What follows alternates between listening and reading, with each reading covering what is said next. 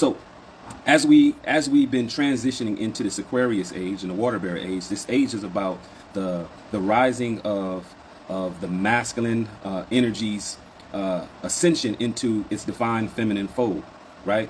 And I say that because these two entities are not separate from each other, but they are very much connected. And the system in which we've been living in is a duality-based system, right? It's the Democrats or the Republicans, it's the black or the white, it's all these sides that look like they're not together or they're completely separated when they're really the two sides of a coin. They're still one coin. They're still the same thing, right? Just on two different scales, hot and cold. They're the same thing. They're just on two different scales, right? And they work together in many different ways. And at any point, water can be converted from hot to cold, but it's still water, right? Same thing with what we're dealing with gender, right? We both particular genders resonate with the energy of the masculine and the feminine energy. And this is how I want to put it in perspective, right? If the masculine energy is the physical, the feminine energy is the metaphysical. If the masculine energy is the physical, the feminine energy is the metaphysical, right? Same thing on different scales. High vibration, low vibration, both the same things feed into the same source. Now, if you look at this, drew this pretty. I love charts, but if you look at this chart, this is the seven chakra system charts, right? And if you look at the first chakra, which is your root chakra, right? That is the base. That is where the divine masculine energy starts. And if you look at the crown chakra, that's where the divine feminine energy starts. Now, there's seven chakras. Whether you're a male or female, whether you're tapping into your divine feminine energy, your divine masculine energy, you got to rise up this chart. You're just going in the opposite direction. So the feminine energy comes from the crown chakra down, and the masculine energy comes from the root chakra up. Now, in the seven chakra system, what's in the middle? The heart chakra, right? The heart chakra is the balancing point. And so when you look at the heart chakra and its resonated symbolic meaning, you get this sign. And this is a very popular sign. You shoot 3-pointers, they put this sign up. Because what this represents is balance, right? It is when you are at your most even state when you're clear, when clarity has hit your mind.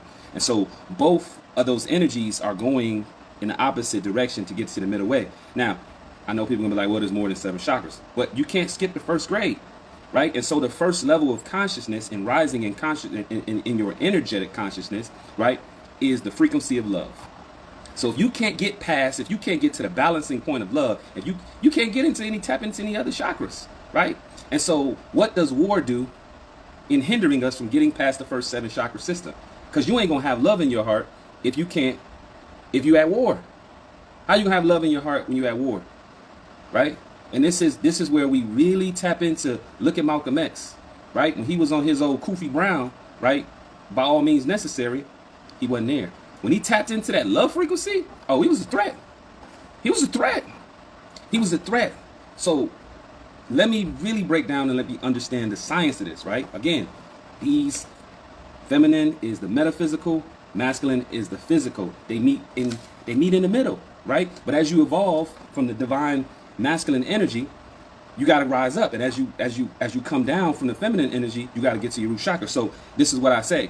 A woman who is tapped into a high level of consciousness, and it is representing in her physique, right? And she is grounded and she is connected to the physical endurance, is much different than a man who is doing that, because she could have tapped into all of her seven chakras going from top to bottom, and he could be still on his first chakra, rooted at the first stage of his rising in his consciousness. So those they could look the same, but can be at two different perspectives, right? And so this first stage is this identifying event, which is COVID. COVID allowed people to sit with themselves, right? COVID allowed us to withhold giving our energy, like, because this is what the system of we call, this new age slavery.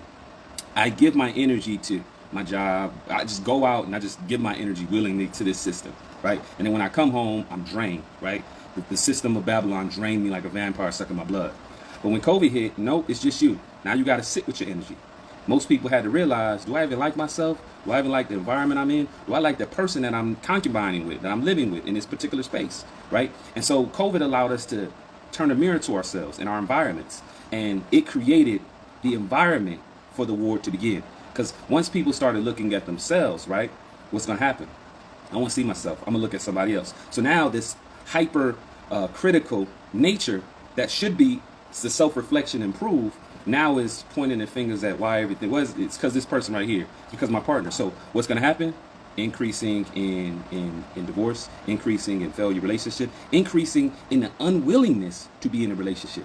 Like, we ain't even putting that in perspective. We talking about a 3-year span where people, without even realizing, in this particular war, are being conditioned not to be in relationships. They are overcriticalizing the relationship, the idea of unionship, right? Because again, we're at war, and if you're not looking at this as a gender war, you missing the whole point, because now you in it. You like the Democrat and the Republican fighting on the street corner talking about who better for us. I mean, what we talking about? It's the whole system. And they're slapping five while y'all there on the curb saying, nah, man, you stupid for voting for Republican and you dumb for voting for Democrat. What is that going to do, right? Because that's the system. That's the game, right? That's the game. That's the war. That's the system that we're playing. And so this first stage of COVID allowed the space for the war to create itself, right? Because, again, the revolution will not be televised. This is the first cyber war. This is happening digitally. It's happening outside of the body. It's energetic. It's spiritual, right? And it's being fueled by technology. So this is the first war that's been not physical combat. We're talking about really deep psychological through the technology that we're using right now to create this war, right? And so after you get past that first identifying phase, right, where everybody had to sit with themselves, you go into phase 2, right? And phase 2 becomes real important, because this is when you got to destroy the image of your opponent. And so now you got men judging women, women judging men, right? And play this out. This is how this folds, right?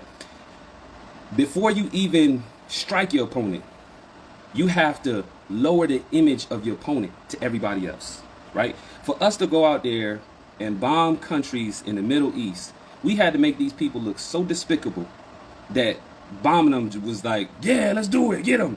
Yeah, them damn terrorists. Like, we had to, how much programming did we have to get to realize, or to get to the point where this was acceptable? You know what I mean? And this is where we at with this gender war. We're in a position where we're destroying the image of the other side, right? And this ain't something that's new. The image of the black woman, the image of the black man was being destroyed for decades. This ain't nothing new, right? But the way it's being played out in this cyber war, in this gender war, is much strategic and much deliberate, right? And what is fueling it is AI. AI is fueling this. AI ain't got no feelings. AI is an algorithm. It don't got no emotions, right? And if the AI is programmed to say, this is the narrative that I want people to feed so that they turn against each other, now I got an algorithm that has no emotions, right? That has no feelings, promoting the same concepts that's going to create this particular conflict, right? There's a thing called filter bubbles. I want you to do your research on this. Filter bubbles. Filter bubbles started being widely used in 2010, about 2010, 2011. Right? What filter bubbles is because we're in the soft AI phase. We're talking about AI. We've been in the soft phase of AI since 2010, right? And so filter bubbles, what it does is everybody has a smartphone now, right? In 2010, pretty much everybody had a smartphone, and now kids got cell phones, right? And so what these filter bubbles do is your phone is a filter bubble to you. It tracks all of the information that you have. And this is why I say, watch Apple, right? Steve Jobs died. Apple got a little weird. I had to get off at the iPhone phone. Apple got real weird. They didn't allow you to take, phones used to allow you to take out the battery. Phones don't let you take out the battery. You know why? Because your phone is always tracking you, right? You could be having a conversation. You ain't even on your phone. You be talking to somebody in real life. I wanted to volunteer as a firefighter. You know what I mean? I'm just thinking about this stuff. Next thing you know, you get an email. Hey, volunteer for a firefighter. It's always listening, right? And so what these filter bubbles do is they keep you in your bubble, right? So your phone is tracking you, and it's the perspective that you have, and you feed it. That's the perspective it wants to keep you in. It wants to keep you in this bubble. So, I do a study. I did a research project with 3 people, and I told them to search on Google the same thing.